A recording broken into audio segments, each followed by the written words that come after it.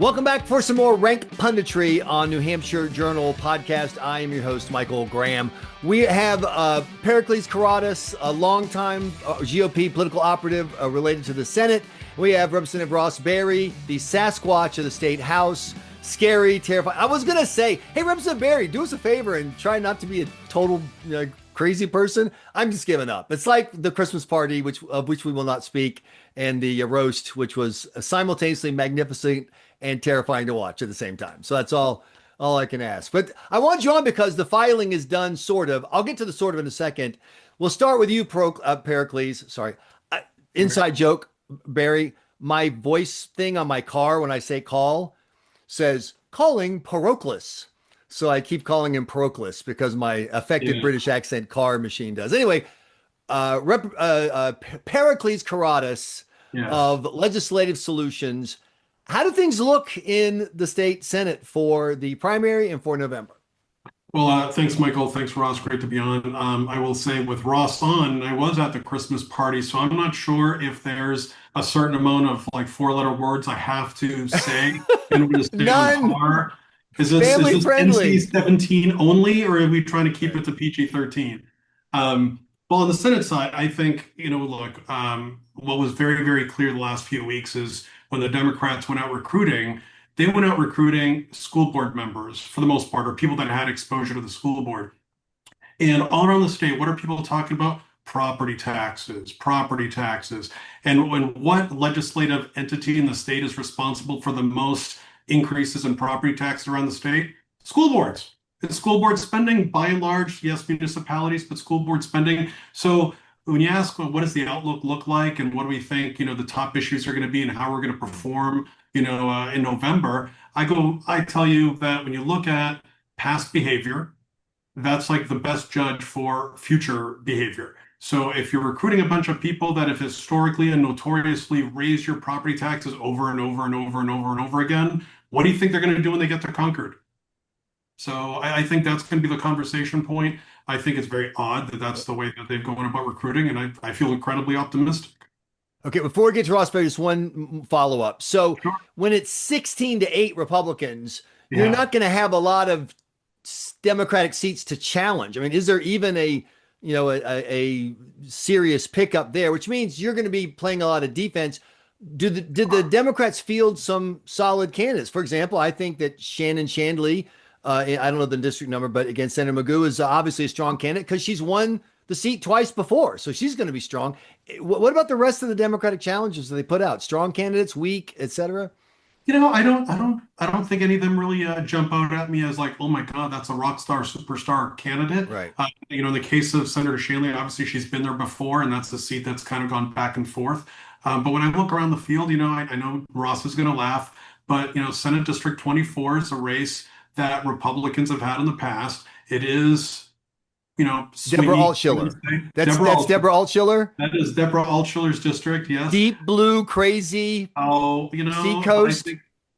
I think I think Hampton is not a deep blue, crazy seat. I think Hampton is a swing town. I think it's very blue collar. I think there's a lot of people that are frustrated over there with what they see going on with some of their elected officials. I also look at other regions where, there could be some surprises. Okay, Ross Berry, before we get to the House, I want to ask you about a Senate race, which is Victoria Sullivan in your old stomping grounds of Manchester. A lot of people thought that former Senate Majority Leader Donna Soucy was going to run. She had held the seat for a long time. She never filed, and boy, was she smiling so big when filing closed and her name was not there. And they have a candidate who I met named Leonard. I'm forgetting his last name. Help me. No, I'm not going to help you. Don't do this to me. Okay, you're talking. It doesn't bode well. That doesn't bode well for his. Well, he has not run before. He's a first-time candidate, and I apologize, Leonard. I'll get your name in the last second. What does it say to you as a guy who represented Manchester, really knows Manchester politics? I mean, were you surprised that they didn't have? And nothing against Leonard, who may be a fantastic candidate. He may be the next Abraham Lincoln. But, first-time candidate against what would look like a vulnerable first-term Republican in a seat the Democrats held before. What does that say to you, Ross Berry? Well, the first thing is his last name's Bell. So let me help you Bell. out there. Bell, thank And you, Leonard Bell, who you I know, met, seemed like a really nice guy. Whatever. yeah, well, you probably won't have to call him Senator Bell. I think I think Victoria's done. As you know, I represented that area for about 4 years. Actually, Mhm. I've represented over half of that Senate district at one point in time, Mhm. and I never heard of this guy before. So, and it's not good when you find somebody that I haven't heard of. So, Right. I think he's got kind of an interesting background. I think he's a veteran, if I recall. Mhm. But I do think Victoria has surprised a lot of people in the Mhm. Senate, and maybe PK will agree with that. I think a lot of people thought that she was going to go in with kind of her political activist mentality, Right. but she has behaved much more like a senator. Whether you think it's a good thing or a bad thing, she's behaved much We more know like what you think. no comment. But she's behaved much more like a senator than I think a lot of people expected. I was Right. actually one of the first people to talk to her on election night because we obviously have to run a pretty massive election returns operation, Sure. and we were watching a lot of those seats in there, and it just was kind of doing math in the back of my head, and I was like, "Oh my God, Victoria's going to win!" Yeah. And I think she surprised a lot of people. She's probably, Right. and I totally surprised me too. I don't want to be like, I always knew you were going to win. I Sure. was surprised. So I think she's got a lot of name recognition, right? She's run for mayor Mhm. before there a couple times, but she's really conducted herself in a way that I think puts her on a much better footing, even if we're going into kind of a Now, blue I year. want to lift you. I want to lift you up higher on the ladder of abstraction to get you to the House seats, whatever. Which is, it's just weird to me that the Democrats don't have a more known candidate, someone who's served in the House. There's plenty of Democrats in Manchester, who's run. Does it? I'll ask this: does it say something about the strength or weakness of the Democrats at the state level that they don't have a lot of stellar candidates, even in a vulnerable seat? And are you seeing that at the House level? Are the Democrats going to have a average, above average, or below average recruitment, do you think, looking at the people who are running? So it does look for Victoria specifically. The one thing I give you pushback on is they actually don't have a lot of Democrats to draw from in that district. They have a lot of people Really? who've lost their House seats, but that But at seat least is they were in slowly, the House, yeah, that seat has slowly come to us, and Victoria finally Right. pushed it over the edge because there's history there. Donna Soucy and her father, so there's a lot of history there. But in terms of the House, they're Right. definitely farther behind than they normally are. They always recruit a little bit more than us. That's not. I'm sure all the left wing blogs are. Oh my God, they have recruited the Republicans, and it's like, yep, another day that ends in Y. Cool. But this year we're like basically neck and neck with them, and like one of the things that I was looking over is they have one candidate in all of Coos County. One. Wow. So Wow. they're definitely struggling. I think they're going to benefit from the fact that we've just extended the party filing period by 2 weeks. So we're not done yet, but it is certainly looking. I'm kind of going through that list, and it's like retread, loser, retread. So they're not bringing in a lot of new blood, which I find to be very interesting. And there's a very good chance, that we could end up in terms of having more candidates than them, which would be we're normally not close. So So I'm going just to ask you. I'm hanging going to close. ask you. I'm Yeah. going to ask you in a second about that extended filing period, 2 weeks, et cetera, because that's actually significant. But I don't want to step away from what you just said, which is tough recruiting.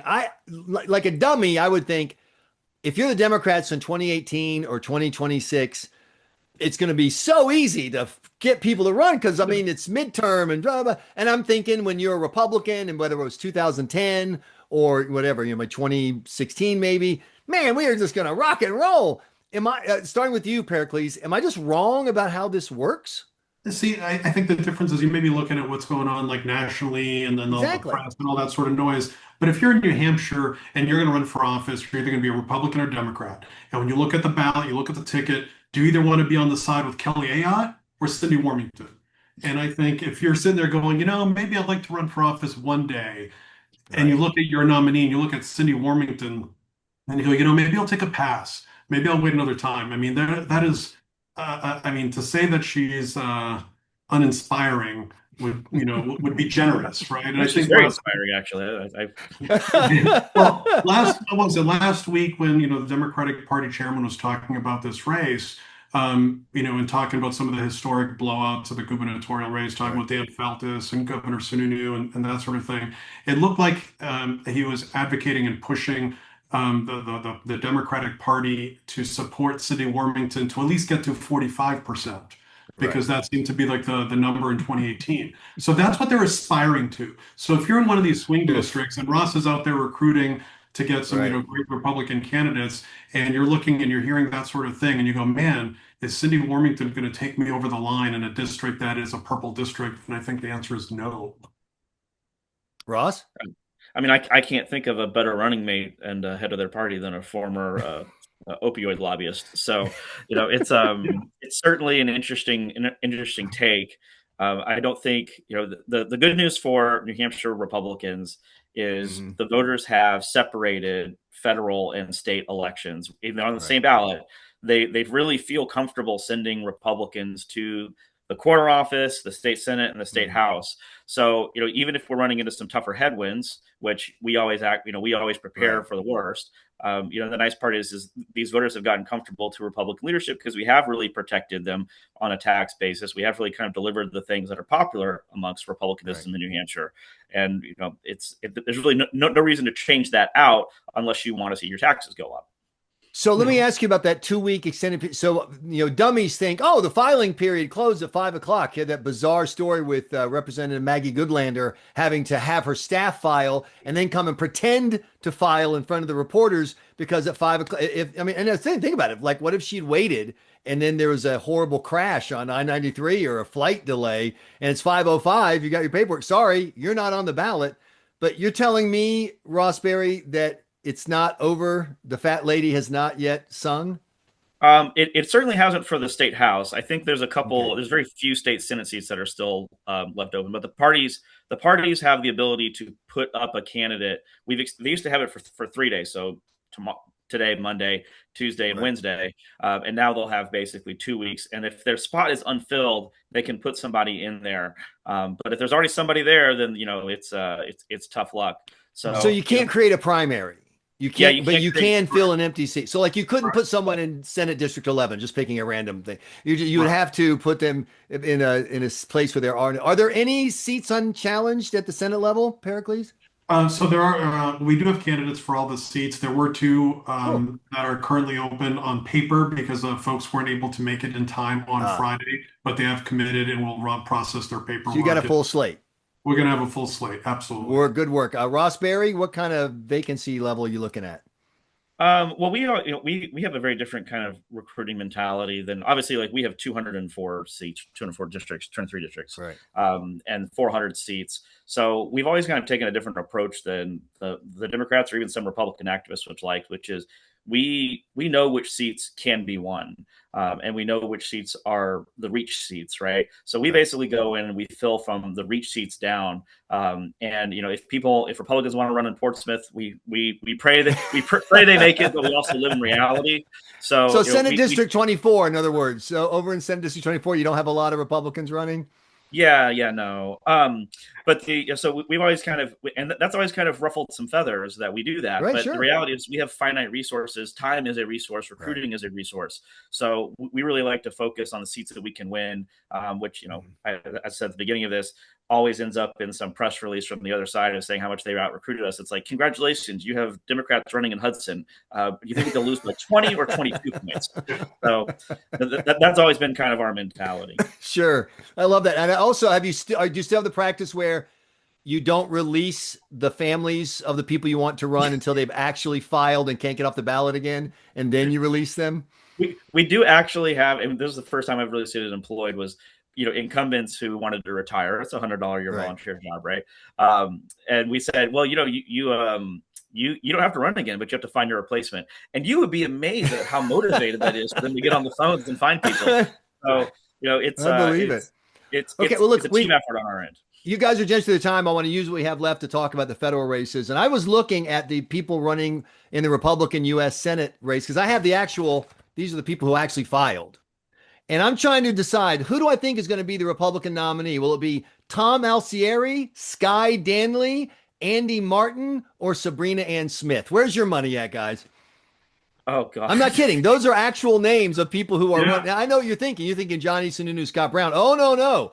They're here too, but we've also got Richard A. McMenamin II, not Junior, the second. and Mary Maxwell. Over in the Senate, and in the governor's race, I think Kelly Ayotte is very worried that Sean Fife is going to come out from the outside, aided by the headwinds of Bob Wayne McClory of Goffstown. So, any thoughts about who's going to win these primaries? Well, let me say first, when it comes to the governor's race, like I'm a big fan of Governor Sununu. I'm sorry, obviously a big fan of Governor Sununu. I think Kelly Ayotte's been doing a great job. But when I was in the State House, I was able to spend a few minutes with John Kuiper, and let me tell you, if his message gets out, it's going to be entertaining. So I will say, Kuiper-Mentum. Kuiper-Mentum. No, Kuiper is hilarious. But in all seriousness, obviously, everyone knows who the big names are in all the races. Chris Pappas is going to be the Democratic nominee for Senate. It's very likely Stephanie Shaheen's going to be the nominee in the first congressional district. Maura Sullivan, Cristian Urrutia, they're running hard. There's other great candidates, but it doesn't look like they have it stuff.